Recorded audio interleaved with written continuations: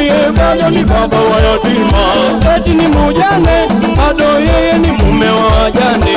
Twende kwa nani? Maana kwako kuna maneno ya uzima. Twende kwa nani?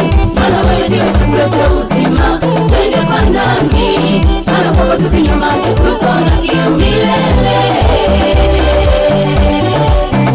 Twende kwa nani? Maana kwako kuna maneno ya uzima. Twende kwa nani? Maana wewe ndiwe chakula cha uzima. Twende kwa nani? Maana kwako tukinywa maji tutaona kiu milele. Usiimbe sifa zako Bwana, tuyaeleze matendo yako mema. Walimwengu wakujue wewe, mataifa yaimbe sifa zako Yesu. Usiimbe sifa zako Bwana, tuyaeleze matendo yako mema. Walimwengu wakujue wewe, mataifa yaimbe sifa zako Yesu. Rejoice wakusifu Bwana. Maana kwako kuna maneno ya uzima. Twende kwa nani? Maana wewe ndiwe chakula cha uzima. Twende kwa nani? Maana kwako tukinywa maji tutaona kiu milele. Twende kwa nani? Maana kwako kuna maneno ya uzima. Twende kwa nani? Maana wewe ndiwe chakula cha uzima. Twende kwa nani? Maana kwako tukinywa maji tutaona kiu milele.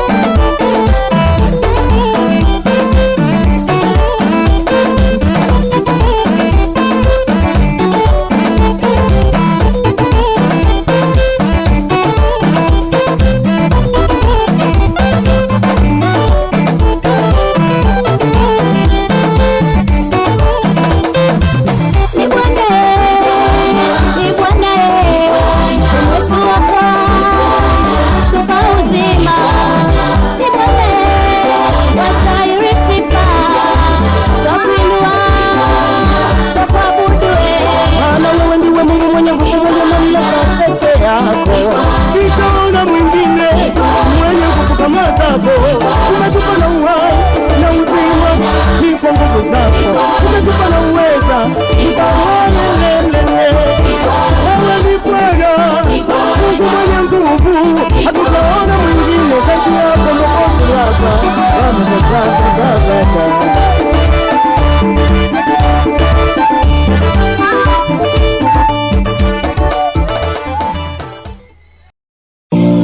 Amen, amen. Jamani,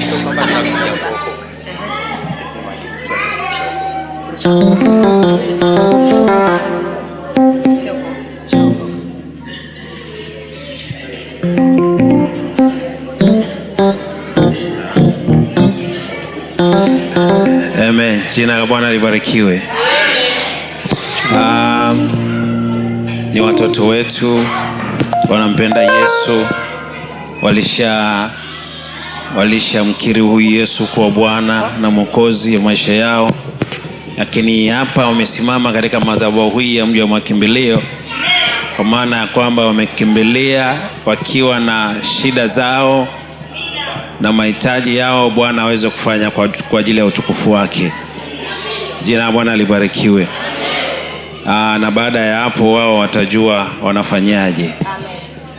Basi naomba mfumbe macho yenu, niombe kwa ajili yenu. Mtakatifu Mungu ishie milele, katika jina la Yesu simama mbele zako Bwana mabwana, Mungu ishie, nikiuliza neema ya neema ile izidio juu ya baba huyu, kwa kuwa Mungu amekukimbilia wewe ili asiaibike. Kila roho zote za upinzani zilizoinuka au zinazoinuka siku zote katika maisha yake, kila madhabahu ya mashetani, madhabahu ya mizimu, madhabahu za kichawi zinazowasumbua, kwa jina la Yesu leo nazitangazia kwamba ni mwisho katika jina la Yesu. Moto ule ulao ukashuke na kuangamiza kila pando la adui lililopandwa katika maisha ya kijana huyu, baba huyu, katika jina la Yesu Kristo, na kuamuru ng'oka sasa. Moto wa Yesu uteketeze kila nguvu za giza. Moto wa Yesu uangamize kila nguvu za uharibifu, kwa damu ya Yesu ya thamani, na kwa kifo cha msalaba, na kwa damu ya mwana kondoo, na kwa neno la ushuhuda, na kutangazia shetani, muache kijana huyu, muache baba huyu kwa jina la Yesu. Toka kwenye moyo wake, toka kwenye kifua, kwa jina la Yesu. Magonjwa ya kurithi, magonjwa ya kuambukizwa, magonjwa ya kuimbiliziwa, kwa damu ya Yesu ninayafuta, ninayafuta. Ninaachilia neema mpya ya uumbaji ya Bwana, ambaye yeye ni mwenye kuhuisha, akahuishe kila maeneo kiroho na kimwili, katika jina la Yesu Kristo. Mleta mama huyu mkononi mwako Mungu. Nguvu zote za yule mwovu shetani, mapepo ya kila aina, misimu, laana za magonjwa ya kurithi, kwa jina la Yesu na kutangazia leo, achia, achia maisha ya mama huyu, achia maisha yake kwa jina la Yesu. Baba, tengeneza upya maisha yake, fanya upya, umba upya Bwana, kuanzia utosi mpaka unyayo. Kila kilichopandwa kinyume na wewe Yesu, na ng'oa kwa mamlaka ulizonipa. Roho za kuzimu, roho za mizimu, roho za kichawi, jini Makata, jini Subiani, jini Maimuna, jini Anshura Sharif, jini Mahaba, na kutangazia achia maisha ya mama huyu katika jina la Yesu Kristo. Baba, asante kwa sababu utawafanya upya, watakutumikia wewe na watakaza kukutafuta wewe siku zote, ili uendelee kujifunua kwao. Katika jina la Yesu nimeomba na kushukuru, amen. Amen. Bwana akubariki. Amen. Basi wape wasalimie. Amina. Bwana Yesu asifiwe. Bwana Yesu asifiwe sana. Amina. Kwa majina naitwa Elia Gaweda Mbogo, ni mzaliwa wa mkoa wa Mara, na nasali kanisa la EAGT. Nilikotokea nilikuwa kanisa la EAGT takribani kama mwaka mmoja. Nilikuwa umoja wa makanisa ya Kipentekosti, sababu palikuwa ni chuoni, na sio mimi, nilikuwa pia na dadangu hapa, wote tulikuwa pamoja chuoni, na yeye vivyo hivyo atajitambulisha. Bwana Yesu asifiwe. Kwa majina naitwa Agnes Stefano Matua, ni mkazi wa Tanga. Nitakuwa pamoja na nyinyi hapa. Amina, makofi hayatoshi kwao.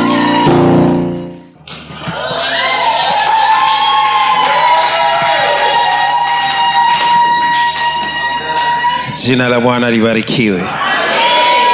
Haleluya. Ni kusalimie kupitia jina zuri la Bwana Yesu. Mungu wa mbinguni akubariki. Ni kuombe ukae.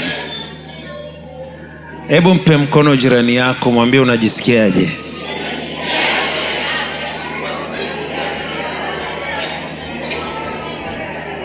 Muulize, unajisikia uwepo wa Mungu au uko mkavu mkavu tu?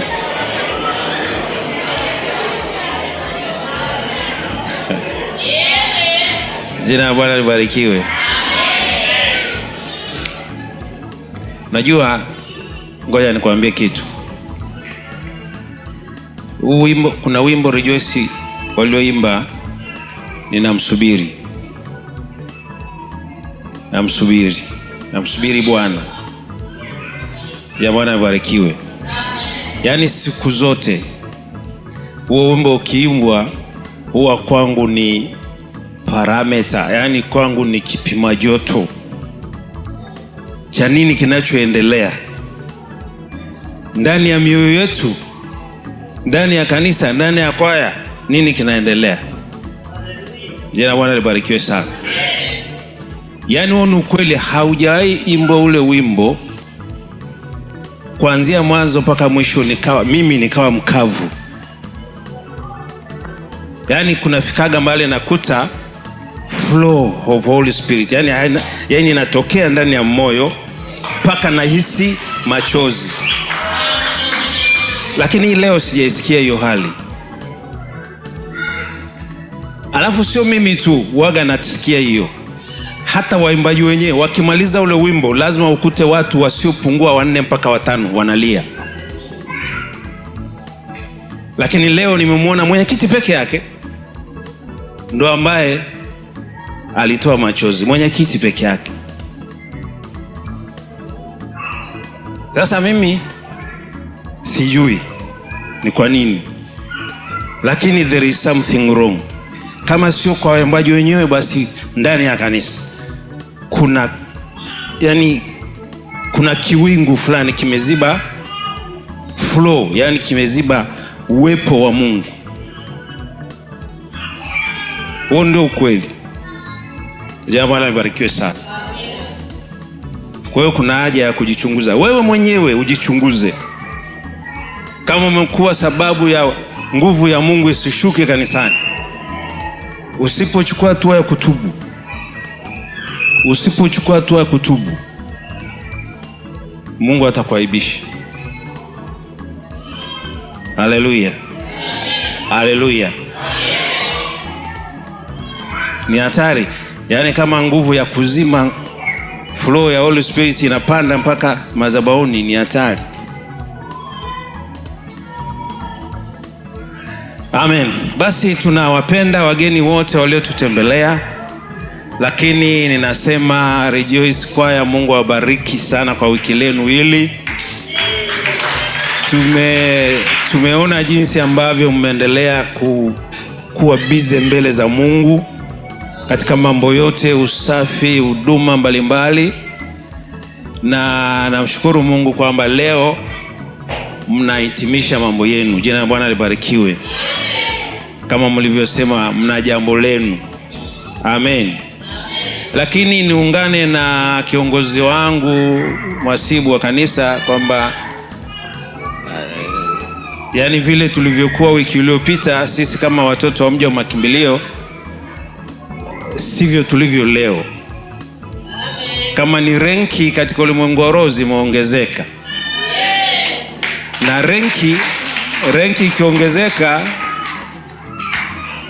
yani kanuni ya sisi ya jeshi, kanuni ya jeshi ni kwamba ili uweze kuvaa renki nyingine lazima uende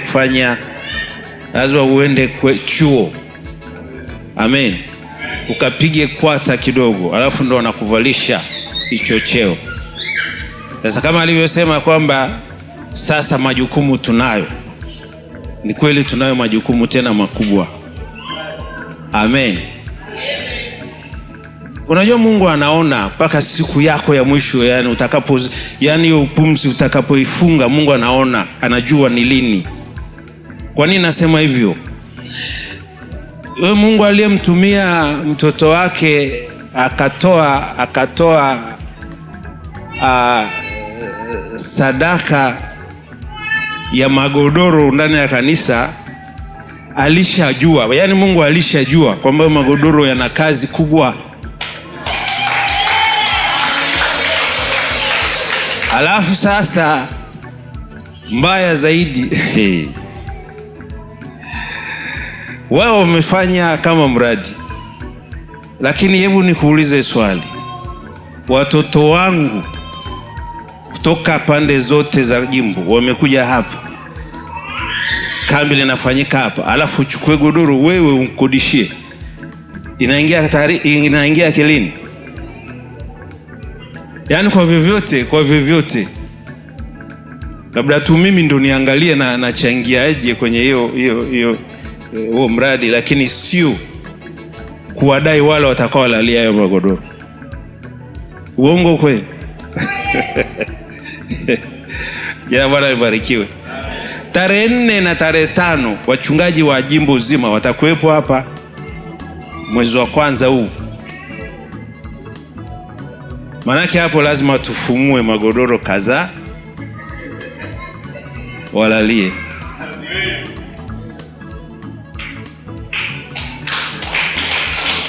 Yaani hata kama unachangia manake, yani labda kwa hizo siku mbili ukimwambia 1000 angalau, kwa sababu wanaringa huko kwa baba. Jina Bwana libarikiwe. Mbona mmesinyaa? Haya, mimi nitawaachia mkodishi alafu msikie huko watakavyoongea huko. Hivyo kidogo, hicho kidogo sawa, lakini kama tulivyokusudia ni ngumu sana. Unajua, yani sisi wenyewe tulishajimaliza katika ulimwengu wa roho, tulishajimaliza tukasema hili ni kanisa la mji wa makimbilio. Manake watu wanatakiwa wakimbilie alafu wapate huduma hizo walizozikimbilia.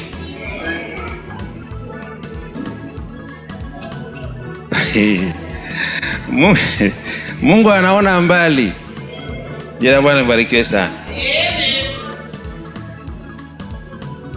Usivunjike moyo, tutajua hapo itakavyokuwa. Rejoice, tutajua hapo. Jina Bwana libarikiwe sana. Lakini pia kesho uongozi wa kanda wanaelekea huku Ifakara, Mlimba kwa ajili ya kuendelea na uchaguzi, na wamepiga simu. Tutapitia kwako askofu saa 4 mpaka saa 5, tutafika hapo, tutulie kidogo, tuendelee na safari. Unafikiri kutulia kidogo maana yake ni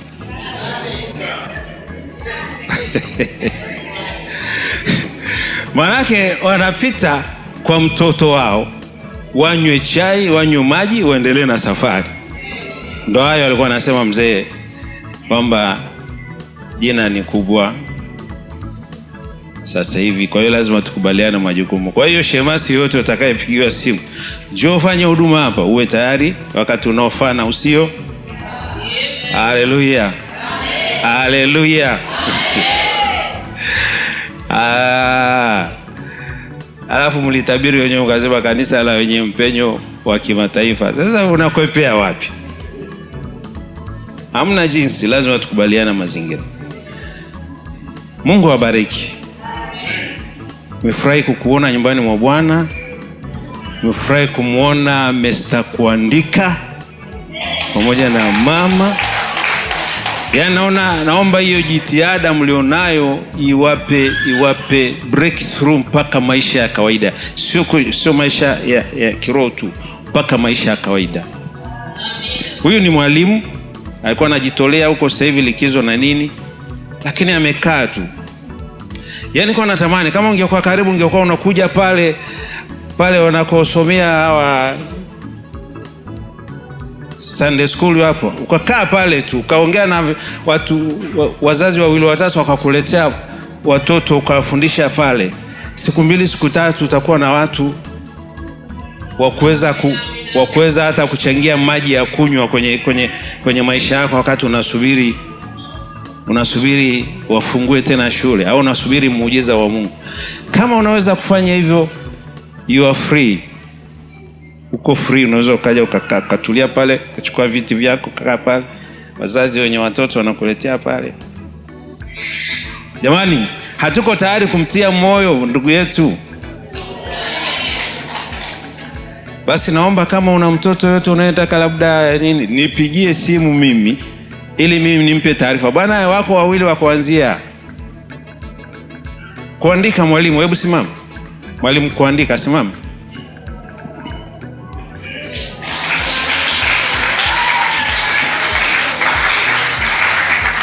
Jina Bwana libarikiwe sana. Kwa hiyo ndio hivyo. Na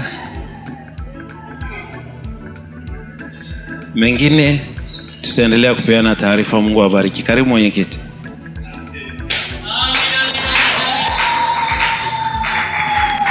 Asante baba. Bwana Yesu asifiwe sana. Haleluya. Amen. Basi kwa wakati huu tutakwenda kusikiliza neno la Mungu kupitia mtumishi wake ambaye Mungu amependa kumsimamisha siku ya leo. Haleluya. Naomba tuombe. Baba, ninakushukuru sana kwa ajili ya neno lako ambalo Mungu umelikubali na umelisaini kwamba tayari lafaa kutenda kazi yako katika kanisa hili la Mji wa Makimbilio, ndani ya watu wako Mfalme, na tayari kwa ajili ya kuponya, tayari kwa ajili ya kuuisha, tayari kwa ajili ya kubariki, tayari kwa ajili ya kuachilia furaha, tayari kwa ajili ya Mungu kuonyesha njia iliyo sahihi. Baba, tumekuja kwako wenye mizigo. Naamini ya kwamba neno lako Mungu mtakatifu la kwenda kupokea mizigo yetu na kuwa huru mbele zako Bwana. Tumishi wako napokwenda kusimama tena Mungu, naomba neema yako iwe juu yako, utukufu wako uwe juu yako, aweze kutumika Mungu na kuathirisha neno lako kama ulivyokusudia kwa mkutano. Tupo mahali hapa Mungu wenye shida.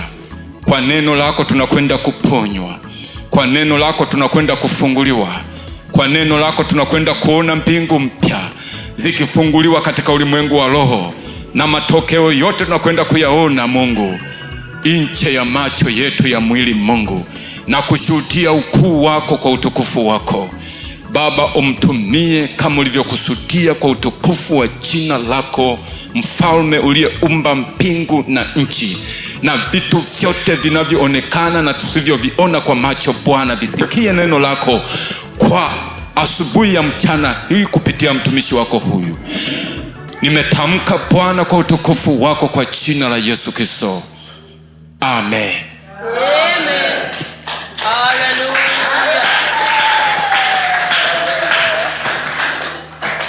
Amina. Bwana Yesu asifiwe. Bwana asifiwe. Bwana Yesu asifiwe. Amen. Haleluya. Baba yangu uliye mbinguni, naomba nigange moyo, uniponye roho yangu Baba, na moyo wangu Baba nigange. Baba yangu uliye mbinguni, naomba nigange moyo, uniponye moyo wangu Baba, na roho wako Baba nijaze. Ni kweli Bwana, wewe ni mkuu, uwezo wako matendo makuu wewe wena. Ni kweli Bwana, wewe ni mkuu. Ni kweli Bwana,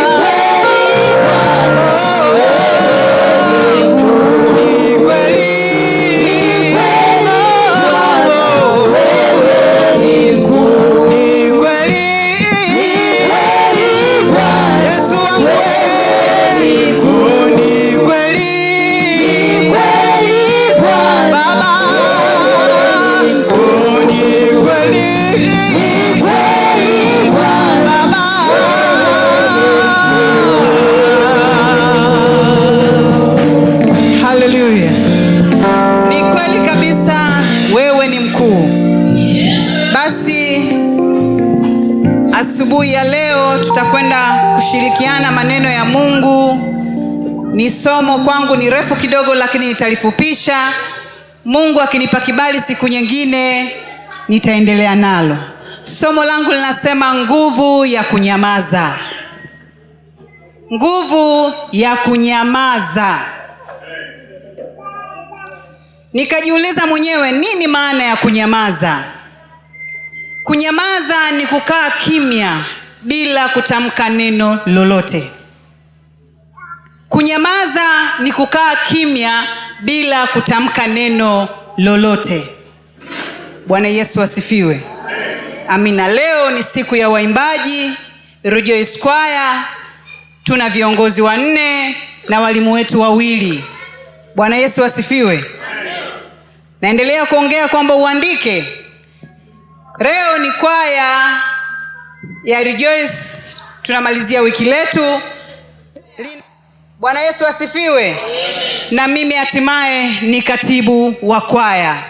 Bwana Yesu asifiwe. Kwaya yetu ya Rejoice ina waimbaji 25. Katika hao 5 tu ni wanaume. Tunaomba wababa muwatie moyo hawa wanaume. Bwana Yesu asifiwe. Ina waimbaji 25, 5 tu ni wanaume. 20 wote ni wamama. Kwa hiyo wanaume tunawaomba muwatie moyo hao wanaume 5. Tuendelee kuwa sawa au mzidi kidogo. Bwana Yesu asifiwe. Basi Mungu awabariki. Kama nilivyosema, nguvu ya kunyamaza. Kunyamaza nikajijibu mwenyewe kwamba ni kukaa kimya bila kutamka neno lolote. Yesu wetu ambaye ni kielelezo, yeye hakutamka neno lolote. Pale alipokutana na kila aina ya adha mbalimbali, kila aina ya neno mbalimbali, alikaa kimya. Kuna ushindi katika kutamka, katika kunyamaza. Upo ushindi katika kunyamaza. Asema Mfalme Sulemani, anasema katika Methali 17:28, hata mpumbavu akinyamaza huhesabiwa kuwa hekima. Hata mpumbavu akinyamaza huhesabiwa kuwa hekima. Huyu ni Mfalme Sulemani. Tumesema upo ushindi katika kunyamaza. Upo ushindi katika kunyamaza. Muda mwingine unakutana na changamoto zilizo nyingi sana. Wakati najifundisha somo hili nyumbani, pale kwangu kuna wageni, huwa napenda najihubiria. Mgeni mmoja akanambia, na wewe Lili, eti mtu anakusema unanyamaza, unamzabua tu vibao. Kwa nikashangaa, nikasema hujajua siri ya kunyamaza. Hujajua siri ya kunyamaza. Akamwambia, we hapana. Sinajua Wanyalo walivyo Anakwambia hapana. Hapana. Nikamwambia hapana. Nikamwambia msikaa wewe ndo tuko kanisani na kuhubiria hili neno. Utajiona wewe mwenyewe kwamba unahitajika kunyamaza. Unahitajika kunyamaza, sio kila wakati unahitajika kuongea. Bwana Yesu asifiwe. Lakini kwa sababu bado hana uvuvio wa Mungu ndani ya nafsi yake, alinikatalia. Akanambia hapana, ipo sehemu nitanyamaza, ipo sehemu nitaongea, ipo sehemu pia na mtu akiniuzi eti anakusinda, bado unasema unanyamaza? Hapana. Nikasema bado hujajua nguvu ya kunyamaza. Tukimwangalia Musa, alinyamaza pale Haruni na Miriam walivyokuwa wakiongea. Naye ingekuwa ni mmoja wapo kuongea, naye angemkosea Mungu. Bwana Yesu asifiwe. Tunamwangalia Musa pia ambaye alitutangulia, alinyamaza. Ukisoma Hesabu 12:14, alinyamaza. Musa alinyamaza kipindi Miriam na Haruni wanavyoanza kuongea na kulaumu. Yeye Musa alinyamaza kwa sababu alitambua nguvu ya kunyamaza, upo ushindi ndani yake. Bwana Yesu asifiwe. Kwa hiyo watumishi wa Mungu, tupo katika dunia hii, tunapaswa kuwa wakimya. Sio wakimya kwamba usiongee, hapana. Upo wakati wa Mungu wa kuongea. Bwana Yesu asifiwe. Ipo nguvu ya kunyamaza. Tunaona pia matokeo ya kunyamaza. Kuna Ana alikuwa anateswa sana na mke mwenzie huyu Hana, lakini alinyamaza. Wangeweza kujibishana, Ana angeweza kupata mtoto, asingeweza kupata kwa sababu alikaa kimya. Wewe una mtoto, sijui nini, tuma wakwako. Huenda pia alikuwa anamwambia maneno kama haya, tuma wakwako, acha mtoto wangu usimtume. Lakini Hana alinyamaza kimya. Katika kunyamaza kwake alikuwa anatafakari uwepo wa Mungu. Katika kunyamaza kwake Ana alikuwa anatafakari uwepo wa Mungu, na hakika Mungu alimjibu, na pia mume wake alimpenda zaidi ya yule ambaye alikuwa na watoto. Bwana Yesu asifiwe. Kwa hiyo ipo nguvu katika kunyamaza, ipo nguvu kubwa sana katika kunyamaza. Biblia inasema unawaza nini juu ya Bwana? Nyamaza kimya, Mungu mwenyewe atasimama. Bwana Yesu asifiwe. Tunajifunza pia hata kwa Yesu mwenyewe hakujibishana na Mungu akamtukuza. Yesu alikuwa ni 100% ni Mungu na 100% ni mwanadamu. Angekuwa na uwezo wa kutumia uungu wake kuweza kuwapinga wanadamu, lakini akasema hapana, mimi ni kielelezo, wacha ninyamaze. Bwana Yesu asifiwe. Akasema Yesu yeye ni kielelezo wa sisi. Akiamua kujibu kwenye Biblia pale, kama Yesu angejibu maneno ambayo hayampendezi, na sisi tungefuata kwa sababu ndio kielelezo chetu, lakini Yesu alinyamaza kimya. Biblia inasema Mungu akamtukuza na wanadamu pia tunaendelea kumtukuza. Bwana Yesu asifiwe. Hakusema jambo lolote. Mnaona pale wengine wanamdhihaki juu pale msalabani, wewe unajidai mwana wa Mungu, jiokoe mwenyewe sasa. Lakini alinyamaza kimya. Kwenye ile picha ambayo tulikuwa tukiangalia, aligeukia akamwangalia tu hivi, akarudisha hivi. Ishi kwa jicho na sikio. Bwana Yesu asifiwe. Kwa hiyo kunyamaza ipo nguvu sana. Tunaona matokeo ya kunyamaza ni haya ambayo tumeonyeshana kwa kifupi. Musa alinyamaza, Hana alinyamaza, na hata Yesu mwenyewe alinyamaza. Acha Yesu Mungu mwenyewe akutetee. Bwana Yesu asifiwe. Kwa hiyo kuna ushindi katika kunyamaza. Anasema ugomvi, ukinyamaza unaepuka ugomvi.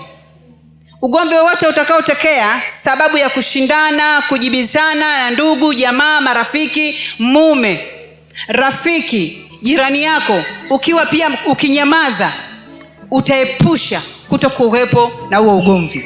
Bwana Yesu asifiwe. Lakini ukiamua kuongea, itapotokea jambo lolote, iwe kwenye familia, iwe na jirani yako, iwe na watoto wako, iwe na mume wako, ukiamua kuongea kuwa kama wewe ndio kipaza sauti, pale hakutakuwa na maelewano.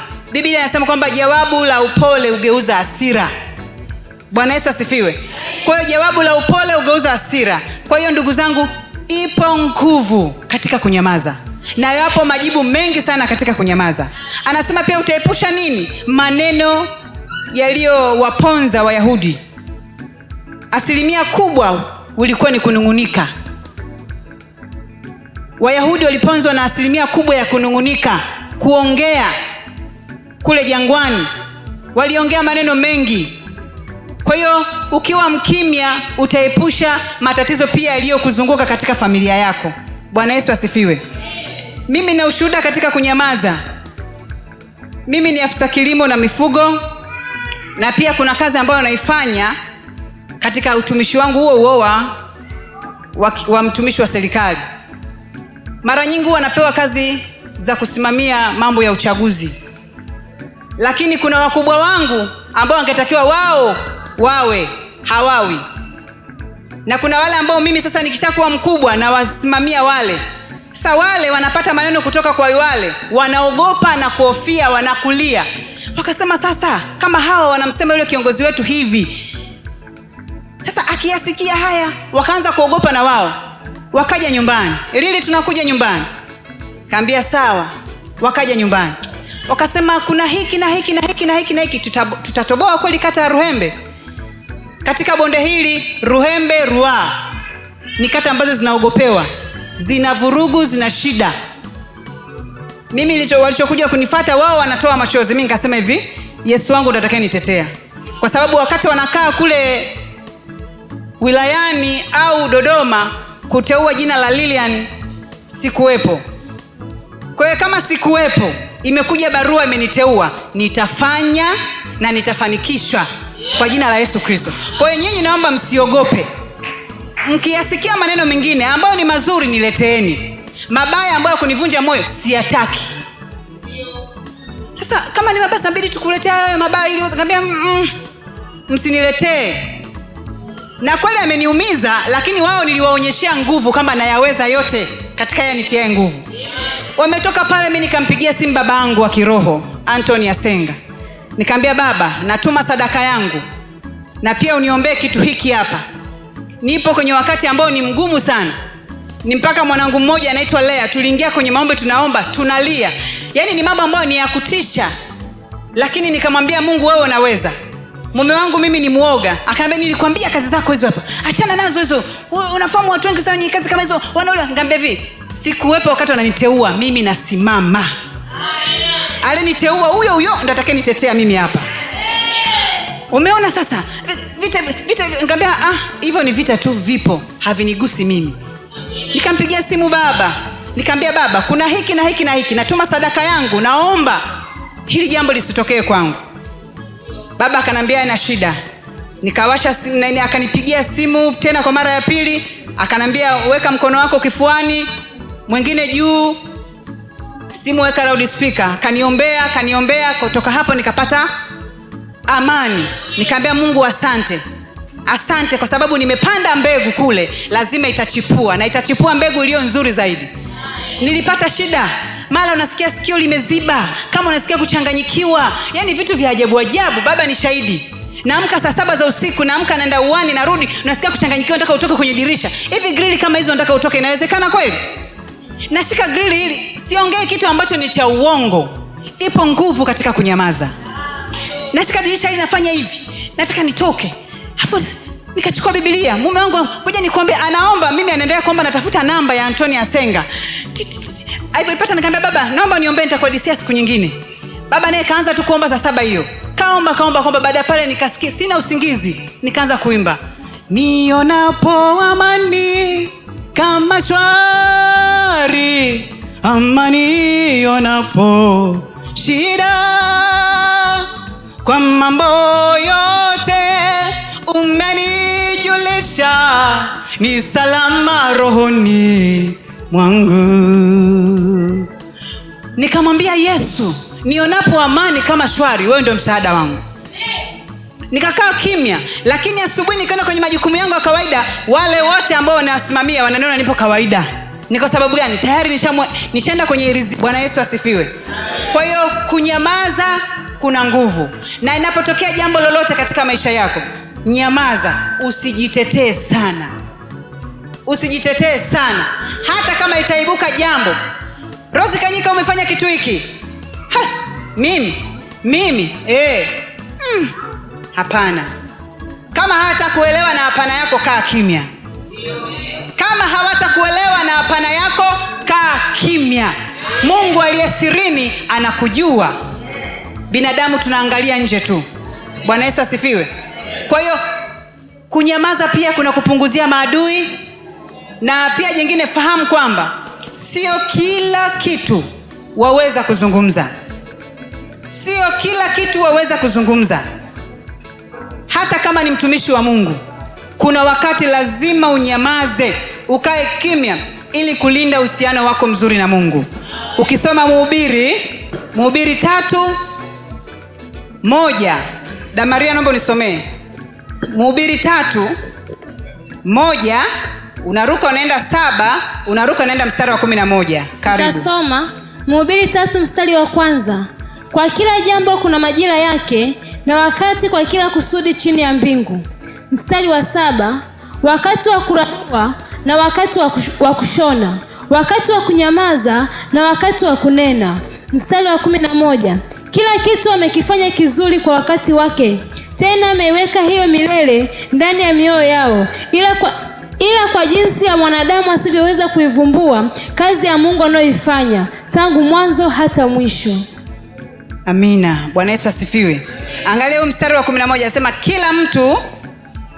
kila kitu amekifanya kizuri kwa wakati wake. Maana yake ni kwamba hata unapokaa kimya au unaponyamaza, ni jambo zuri mbele za Mungu. Ikiwa kama Mungu ametaka uwe kimya kwa wakati huo, kaa kimya. Bwana Yesu asifiwe. Kila jambo na wakati wake. Asema mstari huu wa 11 ambao nimetoka kuelezea, amekifanya kila kitu kwa wakati wake na ni kizuri. Kwa hiyo kama kuna Mungu amekuruhusu kuongea, utaongea. Umesikia ndani ya nafsi yako kwamba katika hili nyamaza kimya, nyamaza kimya. Bwana Yesu asifiwe. Ipo hasara ya kutokukaa kimya. Ipo hasara ya kutokukaa kimya. Kuna wakati usiponyamaza utapoteza nguvu za Mungu. Ipo hasara ya kutokukaa kimya. Ipo hasara ya kutokukaa kimya. Tukisoma Methali 23:9. Methali 23:9 inasema, usiseme masikioni mwa mpumbavu, maana atadharau hekima ya maneno yako. Kwa hiyo kuna wakati usiponyamaza utapoteza nguvu. Bwana Yesu asifiwe. Utapoteza nguvu zako bure. Kuna wakati usiponyamaza. Let's say wewe ni kiongozi, uwe wa vijana, uwe wa kwaya au wa idara tofauti tofauti. Unaweza ukaongea, unaona kuna mtafaruku fulani, naambia Mungu naomba nikae kimya. Yanapita hivyo. Bwana Yesu asifiwe. Kwa hiyo kuna wakati lazima ukae kimya ili usipoteze nguvu zako bure. Lazima ukae kimya ili usipoteze nguvu zako bure. Anasema kuna wakati pia wa kukaa kwako kimya na kunyamaza kwako ni utukufu kwa Mungu. Kuna wakati wa kukaa kwako kimya na kunyamaza ni utukufu kwa Mungu kuliko kuzungumza kwako. Kuna wakati ukikaa kimya ni utukufu kwa Mungu kuliko kuzungumza kwako. Kwa hiyo bado kuna hasara ya wewe kuongea pale unapohisi hautakiwi kuongea. Bwana Yesu asifiwe. Ukisoma Methali 25:2. Endelea. Mithali 25 mstari wa 2. Ni utukufu wa Mungu kuficha jambo, bali ni utukufu wa mfalme kuchunguza jambo. Umeona? Ni utukufu wa Mungu kuficha jambo. Kwa kuna wakati wa wewe kunyamaza. Bwana Yesu asifiwe. Ili uendelee kulitafakari lile ambalo umelinyamazia. Na ndio maana kiongozi mwema anakuwa kwanza ni jalala, alafu anapokea kila kitu, alafu huwa anatafakari kabla ya kusema. Bwana Yesu asifiwe. Amina. Mimi nasimamia kikundi fulani wanachoita hizi visako sivi vidogo vidogo. Sasa utakuta mimi ni mwenyekiti. Utakuta sasa watu kule tunapatana vizuri pale. Baadaye ukishatoka pale na kupigia simu. Eti mwenyekiti si umesema hivi na hivi. Nikamwambia wewe ulikuwepo hukuwepo? Nilikuwepo. Basi ulichokisikia ni hicho. Basi. Hawanileteagi kabisa. Sababu ukipokea utapokea kwa wangapi wana kikundi chote kile? Mwingine akwambia mimi sikuwepo, eti tumesema mwezi wa 12 nikamwambia aliyekwambia ni nani? Fulani. Nikamwambia akueleze vizuri. Kama ni alisikia hivyo basi ndio hivyo. Ila kama hajasikia hivyo basi mimi sijui. Sasa si tumeongea pale imeisha. Bwana Yesu asifiwe. Kwa kuna wakati unataka ukae kimya. Utawaelewesha wangapi kwenye simu? Mwisho siku unaongea na huyu hivi mwingine anabadilisha. Kuna kitu kinaitwa direct na indirect, kwamba moja kwa moja na ile jingine. Sasa nikisema huyu hapa aseme Bwana Yesu asifiwe dada Rose, mwambie Mama Boni hivi, Lili amehubiri somo gani? Mama Boni, Lili amehubiri somo gani? Mama Msimbula, Lili amehubiri somo gani? Mama Sanga, Lili amehubiri somo gani?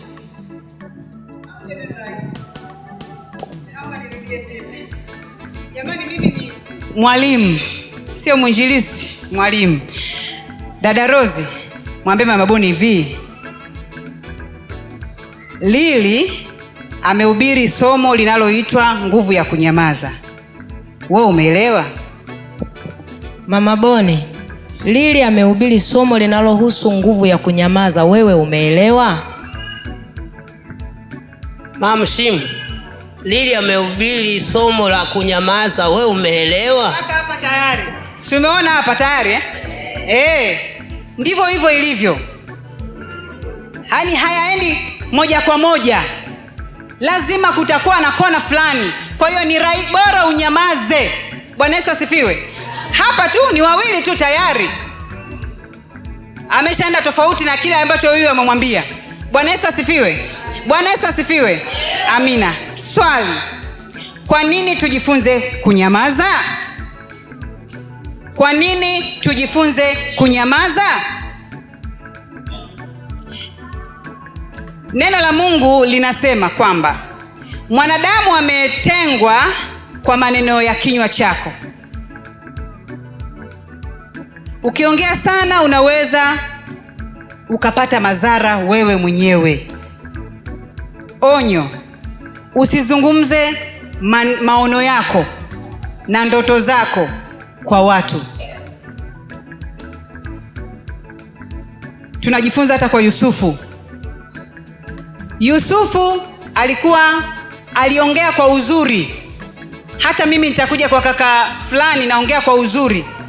Unajua tukifanya hivi na hivi itakuwa hivi. Itakuwa hivi. Unajua Mungu amesema katika kanisa letu tufanye kitu hiki. Mungu ameniambia katika kanisa letu tufanye kitu hiki. Hiki ni kizuri, kinapendeza kama nini, lakini tayari pale kuna mioyo ya watu utakuwa umefanyaje? Umeiua.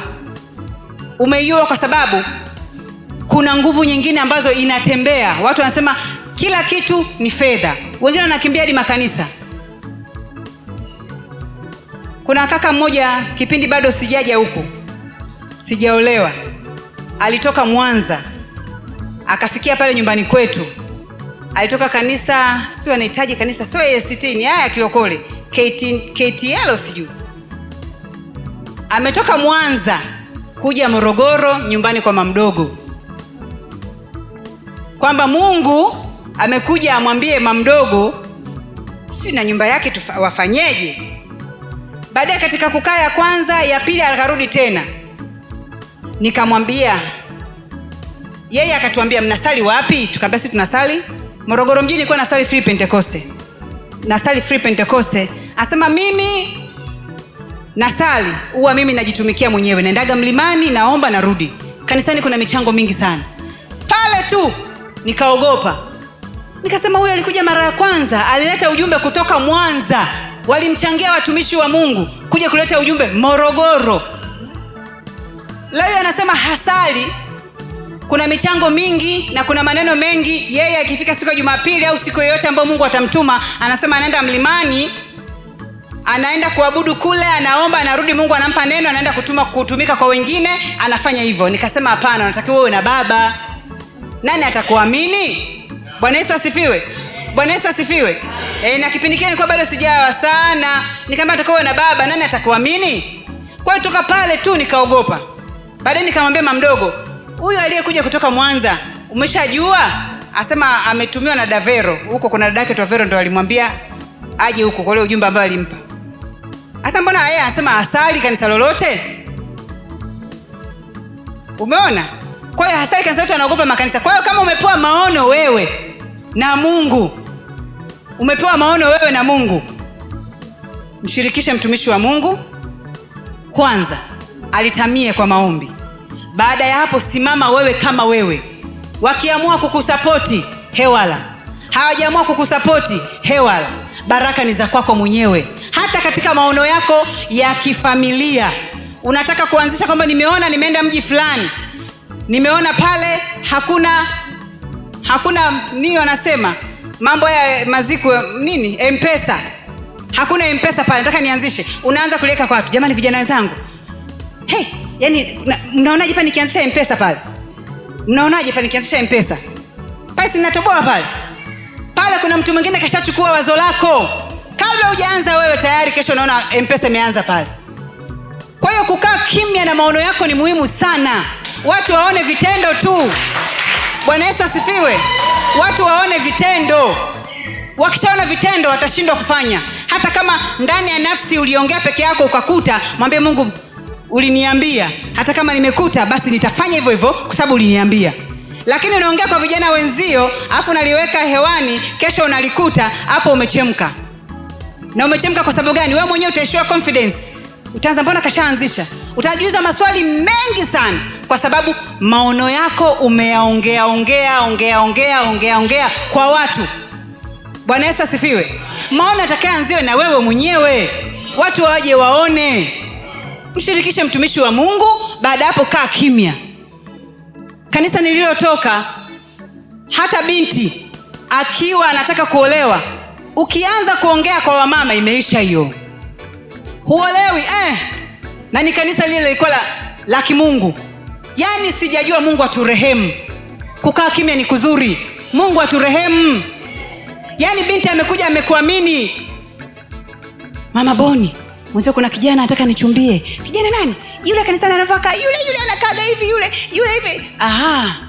Mama Boni angesema mwingine, angesema nimeheshimika. Mungu asante, umeniheshimu, sitatamka kwa mtu yeyote. Lakini pale Mama Boni anasema muona yule binti yule anachumbiwa sio muda mrefu. Na nani? Na kijana. Yupi? Nitakuonyesha. Tayari umeua. Vinaenda mwisho siku kijana kashapata habari. Wewe utamweza mwenyewe yule? Unaona anavyocheza pale mbele?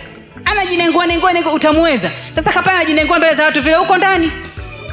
Shida tupo. Tayari ushavunja moyo wa kijana.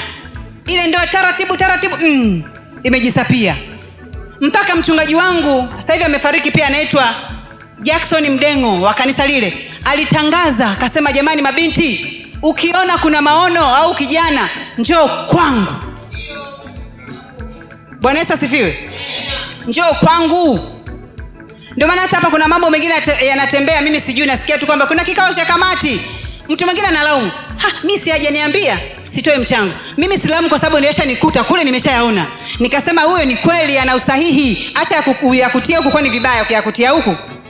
Paka uanze kujua mwanzo. Yanasaidia nini? Acha nikutie huku, kinachoweza kubarikiwa nitafanya. Bwana Yesu asifiwe.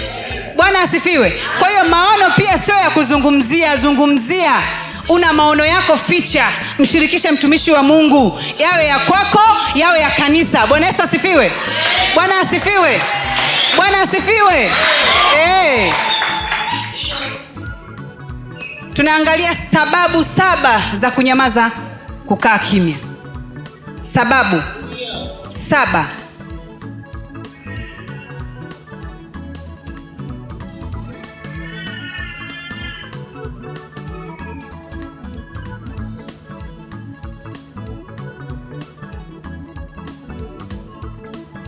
Bwana Yesu asifiwe. Sababu 7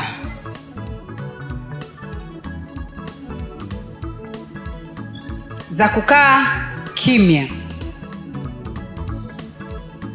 hata ukifanyiwa mabaya.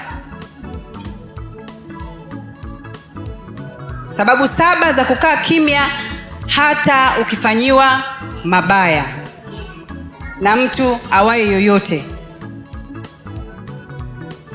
Mungu wetu ni mwaminifu sana. Tunapoendelea kujifunza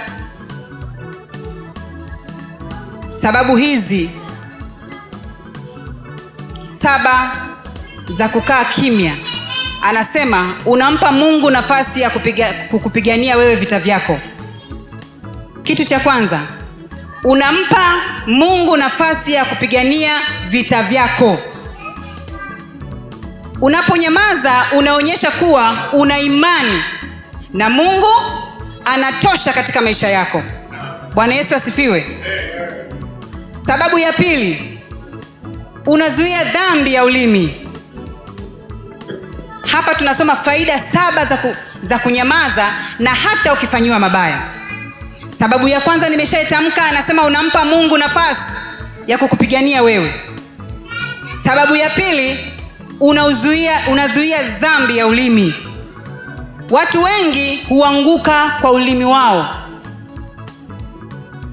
Kunaponyamaza ni kuzuia ulimi wako usinene mabaya. Kila mtu awe mwepesi kusikia na si mwepesi wa kusema au wa kunena wala hasira. Hii tukisoma katika Yakobo 1:19. Nitasoma. Hayo mnayajua, ndugu zangu wapenzi. Basi kila mtu na wewe mwepesi wa kusikia, bali si mwepesi wa kusema wala kukasirika. Amen. Sababu ya 3. Unamwiga Yesu Kristo katika mateso yake. Ukikaa kimya, unamuiga Yesu katika mateso yake. Yesu alipodhulumiwa hakulipa kisasi. Alinyamaza na akamwachia Mungu haki yake atende mwenyewe. Bwana Yesu asifiwe. Unapotulia, unaponyamaza, hata katika mabaya, unaponyamaza, unamuiga Yesu Kristo. Yesu alidhulumiwa, alinyang'anywa, aliteswa, alisemwa, hakulipa kisasi. Alinyamaza kimya, akaacha haki ya Mungu itende kazi. Sababu ya 4. Unamshinda adui bila vurugu. Sababu ya 4, unamshinda adui bila vurugu. Shetani uchekelea pale unapolipiza kisasi, lakini unapokaa kimya, adui anakosa nguvu.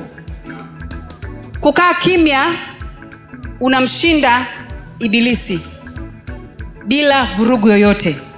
Hata ndani ya nyumba, mke na mume amekuuzi, ukikaa kimya, lakini katika ule ukimya una amani ndani yako.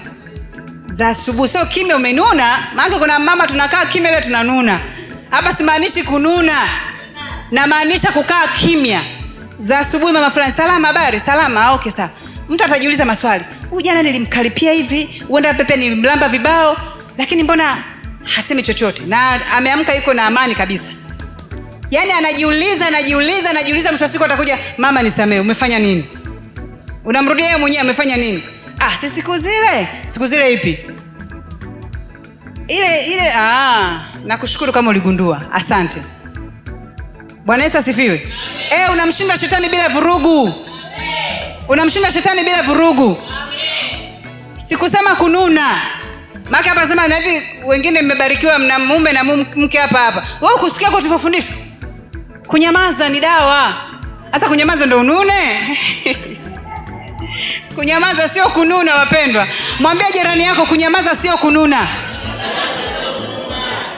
Kuna wengine atachukulia kunyamaza kununa.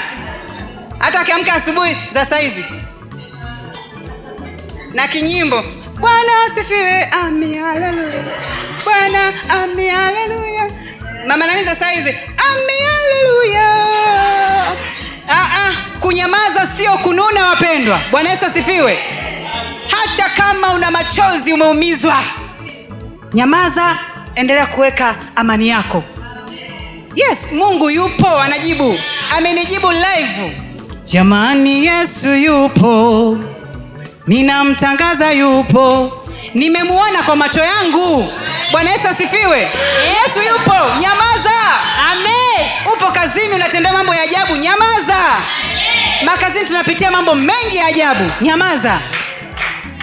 Yaani utakuta unapigiwa, yaani kuna kipindi nakuta kwa maafisa kilimo wenzangu nyundo. Nakuja huko nakuta nyundo. Yaani nikakaa chini. Sengine mpaka kuna kutia uvivu kuja kanisani. Kwa sababu gani? Unakuta mambo mengi yamekubeba, lakini unapokaa kunyamaza vile umekaa umetafakari, unakuta kitu kinakwambia, kwani wao wana mbingu kukupeleka? Au si wanadamu? Wao hujawakosea. Si kuna kipindi pia uliwakosea? Wao wameongea. Anakuja anakufundisha mtu kwa hekima huku kichwani, si kuna nani huko, anakwambia hivi, ukiona kidole kimoja kimekunyoshea, jua hivi 4. Ukiona unamnyoshea mwenzako, jua hivi 4 vinakurudia wewe. Na ukiona wewe wamekunyoshea kidole kimoja, vile 4 vimewarudia wao. Kwa hiyo yupo Mungu atakaye kujibu. Bwana Yesu asifiwe. Yupo Mungu atakaye kujibu. Kunyamaza kuna faida kubwa sana, wapendwa. Yaani bora mtu akuite mjinga. Heri nionekane mjinga, heri ya kuwa mjinga, lakini kunyamaza ni dawa sana. Mtu mmoja akasema, kwa nini wamama wengi wanaanguka mapepo?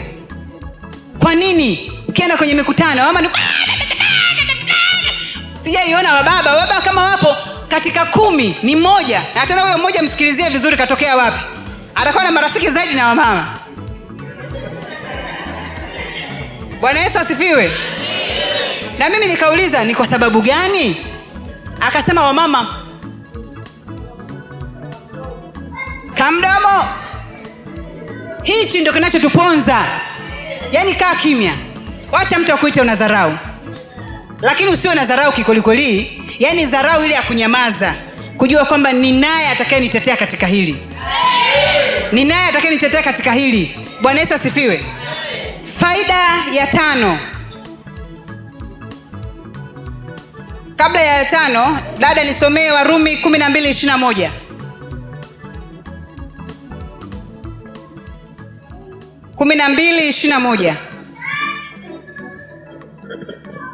Warumi 12 mstari wa 21 inasema, usishindwe na ubaya, bali ushinde ubaya kwa wema. Bwana Yesu asifiwe. Bali ushinde ubaya kwa wema. Ushinde ubaya kwa wema. Sababu ya 5, unalinda amani yako, unalinda amani ya moyo wako. Sababu ya kukaa kimya pia, unalinda amani ya moyo wako. Amen. Bwana Yesu asifiwe. Mimi hii kitu kishanitokea mara nyingi. Unakuta kwenye basi, mabasi yetu ya Badikadi ya Kirosa, mna minyana mtu kukanyaga pa. Unaweza katamka neno, "Wewe vipi hapo? Mbona nikanyaga hapa?" Lakini lile neno nikishashuka vile mtu simuoni, ninahukumiwa. Nimeongea tu, "Wewe vipi mbona nikanyaga hapa? Ambo kaa vizuri." Lile neno linanihukumu vibaya mno. Natembea naanza, mtu nitamuona wapi nimwambie nisamee? Nitamuona wapi? Yaani naumia moyoni. Nikasema kwani ningenyamaza ingekueje? Nikasema tu afu nikanyamaza ingekueje? Kwa nini nimwambia vile? Ni neno zuri lakini linakuhukumu. Afu nakuta yule mtu uliomwambia vile amesema basi pole. Afu kaendelea kushikilia na gari yake.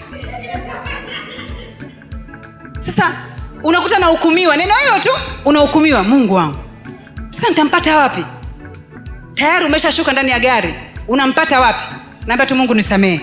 Mungu yule mkaka yule mfanikishe, kama ni kazi zake yaani naomba sasa kumuombea aliyo mema. Mungu mtendee mema kule aliko katika jina la Yesu Kristo. Ndio napata amani. Bwana Yesu asifiwe. Kwa hiyo sababu nyingine ya 5 ni unapokaa kimya, unalinda moyo wako, unalinda amani ya moyo wako. Unalinda amani ya moyo wako. Haujawahi kukutokea unaongea na mtu, baadaye unaondoka, unatamani uje umuombe msamaha, hata kama neno zuri au ni baya pia, unatamani uje umuombe msamaha. Yule ni Mungu anayekufundisha. Mtu wa kawaida anaita nini mwamba. Mtu akaenda sasa, mimi mwamba nimeshaongea tena, kama kuna watu wamecheka pale anajua hapana. Yaani usifurahishe watu kwa staili hiyo. Kwa hiyo kunyamaza kunalinda amani ya moyo wako. Na kama una Mungu, unapotamka chochote kwa yule mtu aliyekutendea mabaya, baadaye ile hali inakurudia, unakuta unazungumza ndani mwenyewe, Mungu nisamehe.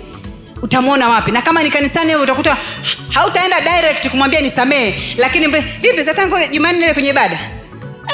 Kunywa soda basi.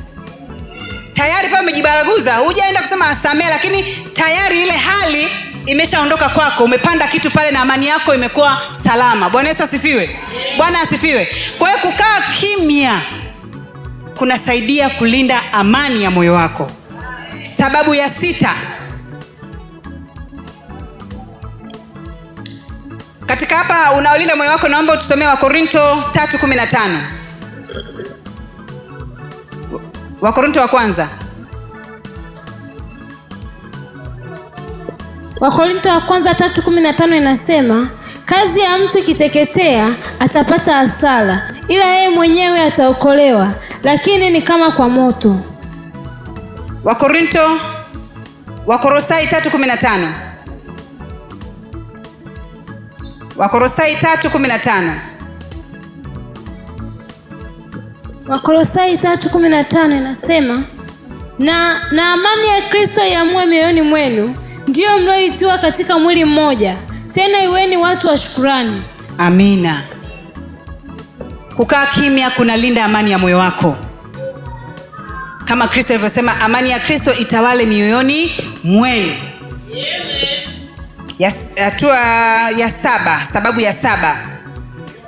Ya 6, unatoa nafasi kwa Roho Mtakatifu kukutuliza. Unatoa nafasi kwa Roho Mtakatifu kukutuliza. Unaponyamaza, ukimya huleta nafasi ya maombi ndani ya nafsi, kusikiliza Mungu na kupokea amani kutoka kwa Mungu. Unatoa nafasi kwa Roho Mtakatifu kukutuliza. Ukimya huleta nafasi ya maombi. Bwana Yesu asifiwe. Sababu ya kunyamaza kimya, unatoa nafasi ya Roho Mtakatifu kuzungumza na wewe. Unatoa nafasi ya Roho Mtakatifu kuzungumza na wewe. Bwana Yesu asifiwe. Unapokaa kimya. Sababu ya 7,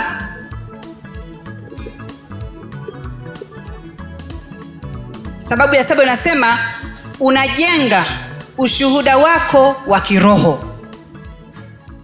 Sababu ya 7 na ya mwisho, unajenga ushuhuda wako wa kiroho. Unaponyamaza mbele ya Mungu, wanaokudhalilisha, wanaojijengea heshima mbele za Mungu na watu. Unaponyamaza mbele ya Mungu, wanaokudhalilisha wanakuwa hawana nafasi katika maisha yako. Mungu atasimama badala yako. Bwana Yesu asifiwe. Kwa hiyo unajijengea ushuhuda wa kiroho. Unaponyamaza kimya, unajijengea ushuhuda wa kiroho. Bwana Yesu asifiwe. Hitimisho. Asema kupitia ukimya wako, Mungu anaweza kutengeneza ushuhuda wa ajabu sana katika maisha yako. Usikubali adui akutoe na kukulazimisha useme maneno ambayo hayafai. Chagua kunyamaza, chagua kukaa kimya ili umtafute Mungu katika maisha yako. Amen. Bwana Yesu asifiwe. Amen. Amina. Leo tulikuwa tunajifunza nguvu ya kukaa kimya. Nguvu ya kukaa kimya. Onyo. Chagua kunyamaza. Chagua kukaa kimya. Chagua kutafakari maneno ya Mungu. Najua tupo katika dunia yenye mauzi, yenye shida, yenye malaumu, yenye kila aina ya adha. Kila aina ya adha. Ila jua tunapita. Hiyo adha haitakaa milele kwako. Huyo Mfilisti mbele yako hatakaa milele kwako. Bwana Yesu asifiwe. Hatakaa milele kwako. Hao wakina nani hatakaa milele kwako, watapita. Bwana Yesu asifiwe. Watapita. Nyamaza. Chagua fungu jema. Nyamaza. Nyamaza. Haki ya Mungu nawaambia, ipo nguvu katika kunyamaza. Ipo. Yaani hatuhubiri tu. Ipo. Katika kunyamaza ipo nguvu kubwa sana. Kukaa kimya. Kakufinya huko. Ipo. Panaporuhusiwa kuongea, utaongea kwa hekima. Unaweza mkaa kwenye kikao cha familia, watu wanaongea baadaye, jamani, mbona dada yetu pale hajaongea? Mbona yeye aseme kitu? Utakaposimama na kuongea, unashangaa umebatilisha yale yote mengine. Yote unasema naunga mkono hoja. Umeongea neno hili kwa sababu tayari hekima ya Mungu iko juu yako. Wanavyokuwa wanaendelea kubishana, Yesu alikuwa anakufundisha pale. Alikuwa anakufundisha kwamba nitawasemaje hapa, hawa nitawafanya nini, niseme nini tukae sawa. Lakini ulivyopewa nafasi ukasimama, ukaongea maneno ambayo tayari Mungu ashakujenga. Bwana Yesu asifiwe. Bwana asifiwe. Yes. Sio hata ukija kwenye ule uvivio wa Roho Mtakatifu kwamba umekuta wenzako wanasali, we ukuingia na kuingia. Uongo huo. Kwa lazima uingie ndani za Mungu, utafakari, utulie, uvute uwepo, uangalie, ujiangalie umetoka wapi, huku na huku. Baadaye unakuta uwepo unakuja wenyewe. Ndivyo vile pia katika kuongea. Sio umekuta kikao, japokuwa mimi ndo nakuja, mimi ndo naingia, sijajua mada ilipo, lakini naomba nitosho. Tafakari kwanza. angalia nyendo zimeendaje. Baada hapo kaa. Sasa na mtu ambaye tuko kwenye uopo, yeye anaingia na kuingia, anaingia tu tayari kabubu. Huyu kazama saa ngapi? Ukiona hivyo basi alikuwa na maswaiba yake mengine, kwa kijapa ameunganisha tu, anaunganisha tu. Bwana Yesu asifiwe. Kwa hiyo kutafakari au kukaa kimya kuna kupa kutafakari, na mwisho siku unaliendea lile neno lililo sahihi zaidi. Bwana asifiwe. Bwana Yesu asifiwe. Bwana asifiwe. Bwana asifiwe. Amina. Tusimame watumishi wa Mungu. Tusimame watumishi wa Mungu. Tusimame watumishi wa Mungu.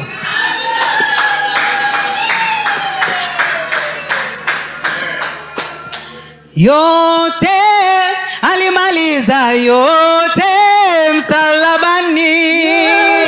Yes. Alimaliza yote Yesu msalabani.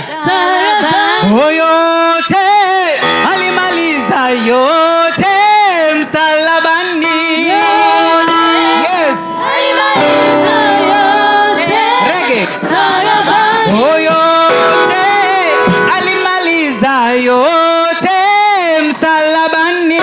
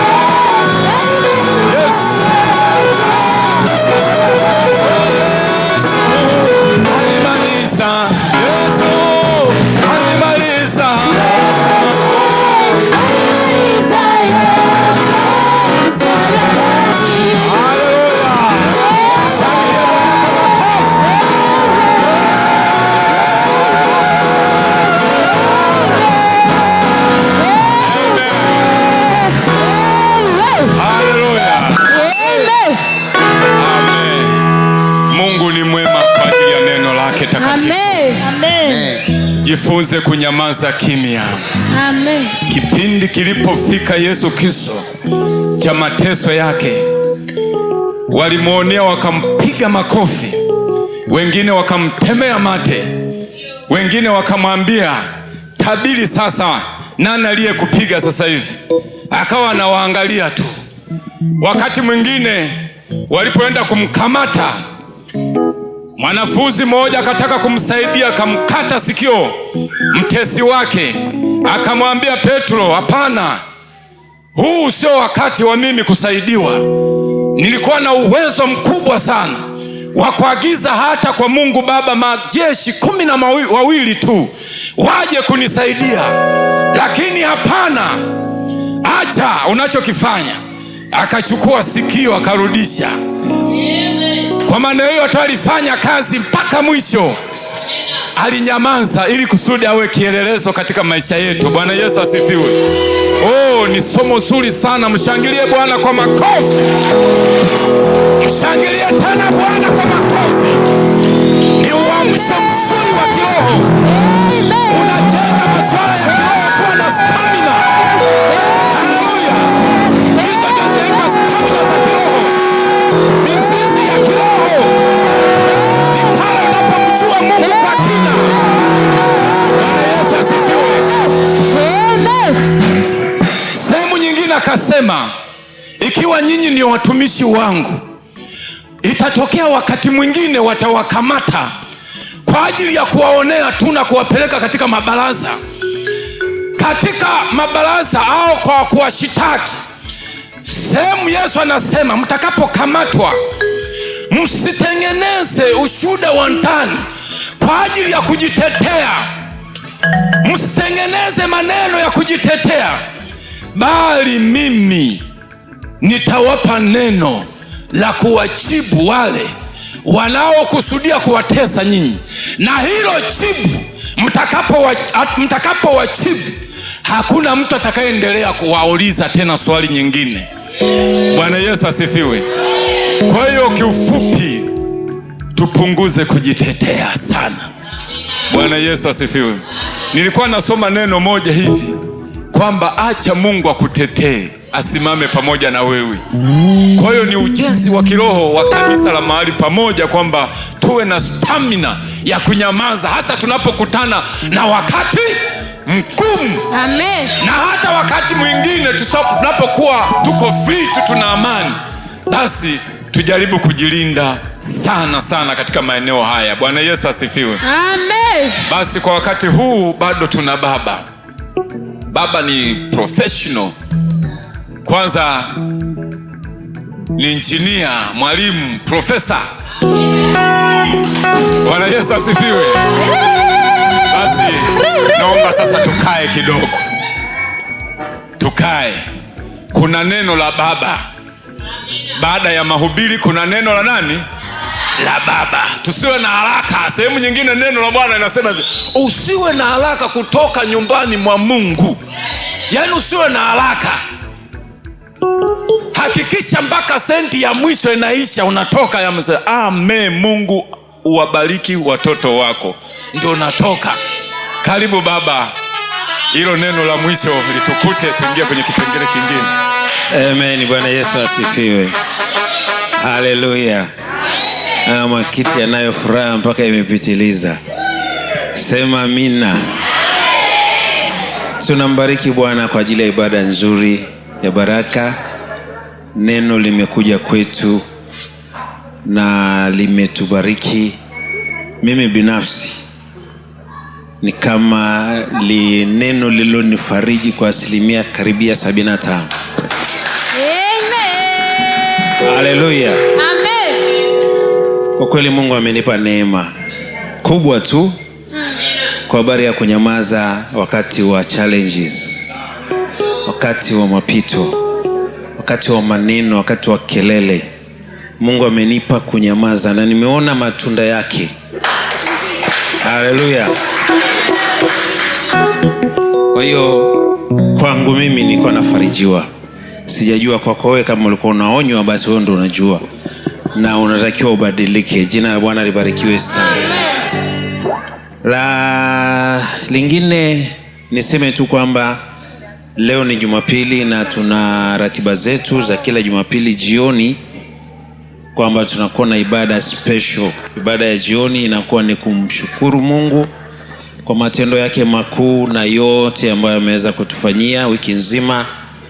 Lakini tunakuwa na maombi ya kujipanga na kumtaka Mungu pamoja na nguvu zake kwa habari ya wiki linaloanza. Tulipangie, tulielekeze kwamba tunataka liweje. Jina la Bwana libarikiwe.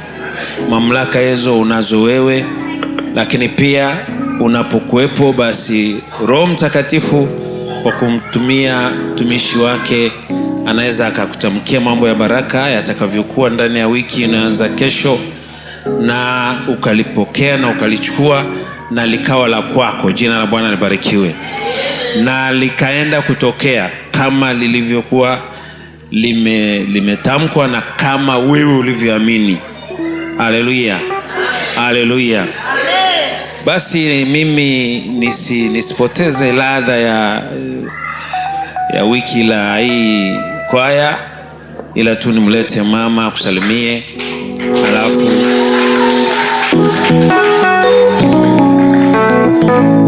tuweze kuachia wao wakamilishe jambo lao. Karibu. Bwana Yesu asifiwe. Amen. Nawasalimia katika jina la Bwana. Amina. Ninamshukuru Mungu kwa neno zuri. Nimebarikiwa sana kwa neno la leo. Mungu awabariki sana. Amen. Pia napenda kumshukuru Mungu. Nilikuwa nimesafiri, nilirudi salama kabisa. nimemwona Bwana ni kama nimeenda na kurudi. Yaani namshukuru Mungu sana. Napenda kumshukuru Mungu, nimepata binti, ninamshukuru Mungu sana. Maanake nilifika mahali nikasema, baba ananipigia simu, nikasema Mungu, naomba binti. Sasa hivi ninatamani kutumika. Ni kipindi ambacho Mungu umetuinua tena. Ninatamani kutumika, naomba binti wa kubaki hapa nyumbani. Ninashukuru Mungu, jana nimepata kibali na nimetumiwa binti mzuri, ni mtoto wa mchungaji. Jina la Bwana libarikiwe. Makofi tena kwa Bwana. Amen, amen. Basi naomba nirudishe sasa kipindi kwa mwenyekiti aendelee na ratiba yake. Asante Baba, Mungu akubariki kwa maneno mazuri yenye neema. Bwana Yesu asifiwe sana. Basi kama kuna mtu anahitaji maombi, anahitaji kuombewa, ana usumbufu, lakini pia amesikia neno, wewe unaonaga kabisa unakurupuka, alafu mbele unakwenda kujuta kwamba yani pale kweli mimi nimeropoka tu pale, lakini roho yangu, yani ule ustahimilivu unaona kabisa huwa unaukosa. Katika kitabu cha Yakobo anasema hivi, kama unaona kabisa hekima huwa anapungukiwa na hekima, unaweza ukaomba hekima kwa Mungu ya kutufanya kuwa na utulivu. Kama unaona neno limekukusa kabisa, unajua kabisa Mungu, mimi sehemu hii ndio udhaifu wangu, huwa hatuonage aibu mbele za Mungu. Yaani mimi mfilinge huwa mbele za Mungu natamka, hata kama tumekaa wawili hapo unanisikia, Mungu natamka tu kwa hasira hivi, hata kama nakuaga na hasira tuko wawili hapo, naweza kanisikia nikasema, Mungu, yani mimi Bwana Mungu, yule jamani nimemjibu vibaya pale, ila naomba unisamee. Mimi sikutaka, ila adui ndo ametaka hivyo, amenisukumiza tu pale, lakini mimi sikutaka. Yani usiwe na aibu hata kama mwenzako yuko jirani. Suna tubu. Unajua mtu ambaye yuko wazi mbele za Mungu, huwa hatuogopi watu. Kuogopa watu unatimiza lile neno kwamba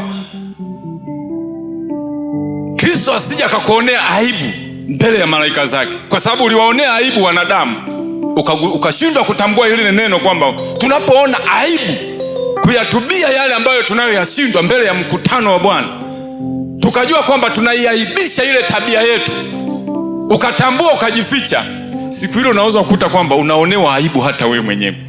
Kwa hiyo ni vizuri kutamka udhaifu wetu na kusema, Mungu, ninaomba unisamehe kwa ajili ya hili, unitakase. Bwana Yesu asifiwe. Kama unaona kabisa kwamba sehemu hii ndiyo udhaifu wangu, huwa hatujifichi, njoo madhabahuni pa Bwana, Mungu, ninaomba unisamehe. Karibu.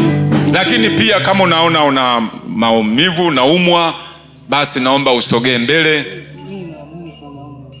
Haya, usogea hapa.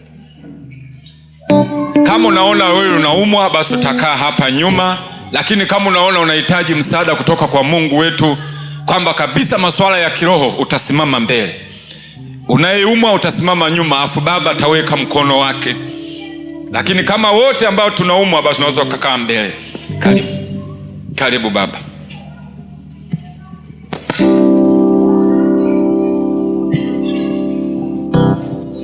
Baba yetu, Mungu wetu, asante kwa ajili ya kijana huyo, asante kwa ajili ya baba huyo. Nasimama kinyume na roho za mateso, roho za uonevu, roho za mizimu, nguvu za kichawi kwa jina la Yesu. Mwache kijana huyu, mwache baba huyu kwa jina la Yesu. I command you, evil spirit, be scattered now. Tawanyika kwa jina la Yesu. Toka ndani ya kifua, toka ndani ya moyo, toka ndani ya ufahamu kwa jina la Yesu. Moto wa Yesu, moto wa Yesu, moto wa Yesu, moto wa Yesu, moto wa Yesu, teketeza, angamiza kila pando la adui katika jina la Yesu. Uwe mzima kuanzia sasa katika jina la Yesu. Baba Mungu, ishie milele katika jina la Yesu. Namleta mama mkononi mwako. Nguvu zote za giza, nguvu za magonjwa, kila pando alilolipanda adui ndani yako, na ling'oa kwa jina Yesu, na ling'oa kwa jina Yesu. Pando la magonjwa, pando la maumivu ya moyo, pando la mawazo, pando la uhitaji, pando la kila aina, toweka kwa jina la Yesu.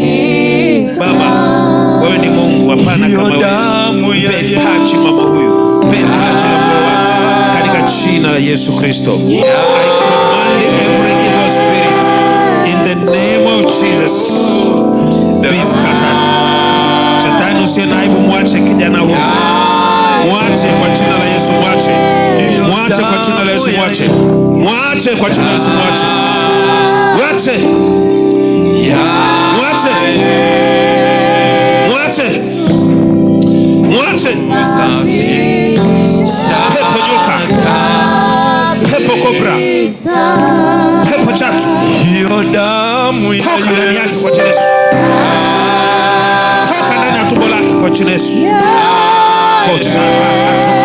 Jisikie wepesi kwa jina la Yesu. Karabo ria shakata karabo soi. Achia, Jisikie wepesi mbele ya achia jina la Yesu. Nakushukuru kwa kuwa wewe roho ya uzima na iachilia kwako, roho ya uponyaji, roho ya uzima kwa jina la Yesu. Kila nguvu za giza, nguvu za mapepo, mizimu ya ukoo, achia mama huyu, achia uhuru wake. Natangaza uhuru, natangaza uhuru wake kwa sasa kwa jina la Yesu. Weka uzima katika mifupa, damu na nyama. Weka uzima kuanzia utosi mpaka ujayo, Bwana Yesu, katika jina la Yesu Kristo. Bwana akupe neema ya uponyaji na uzima.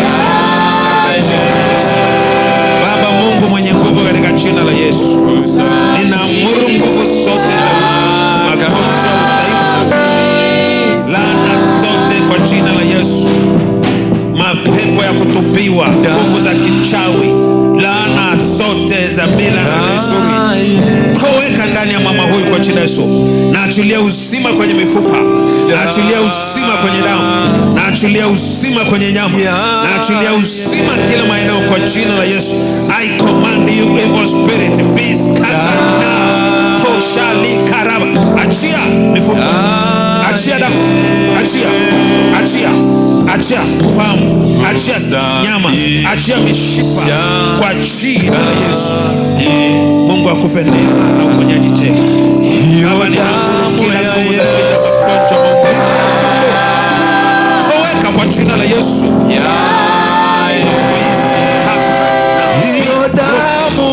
Toweka kwa jina la Yesu. Achia tumbo la binti huyu,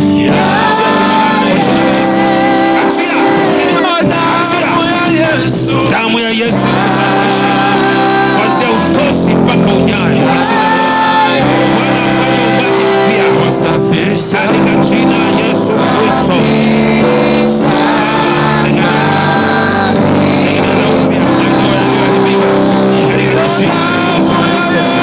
Mungu wa naamuru nguvu za macho, achia kwa jina la Yesu. Ni maimuna ashura sharifu toka kwa jina la Yesu.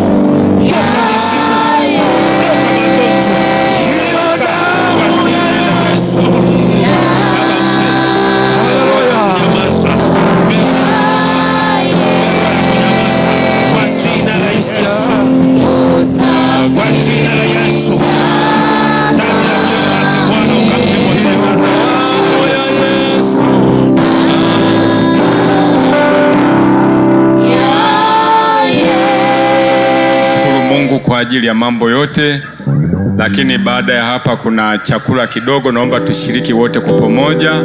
Naomba usiondoke, hebu tumshukuru mambo. Na kwa wakati huu naomba nimkaribishe mama yetu, mama mchungaji, mama askofu aweze kutuahirishia kipindi hiki, tuingie kwenye kipindi kingine. Baba, katika jina la Yesu tunakushukuru Mungu, tunakuinua. Sante toka asubuhi Mungu, tumekuona wewe, umetutetea. Sante kwa ajili ya watumishi wako mfalme wa majeshi, wamenena neno lako mfalme. Angalia muda huu tena, ninarudisha kipindi hiki mikononi mwako Jehova. Angalia na watoto wako wanaondoka, na wengine wanaondoka na vyombo, nenda nao. Wanaoenda kwa miguu Bwana Yesu ukawatamie. Atamia nyumba zao mfalme wa majeshi. Wafunike kwa mbawa zako Jehova ile. Sante kwa ajili ya kwaya Mungu, kwa vyombo ambavyo alivyotoa Bwana Yesu. Angalia sio kwamba wanavyo vingi Yesu. Pale walipopunguza Bwana Yesu ukaongezee. Ni katika jina la Yesu nikiomba nikishukuru, amina.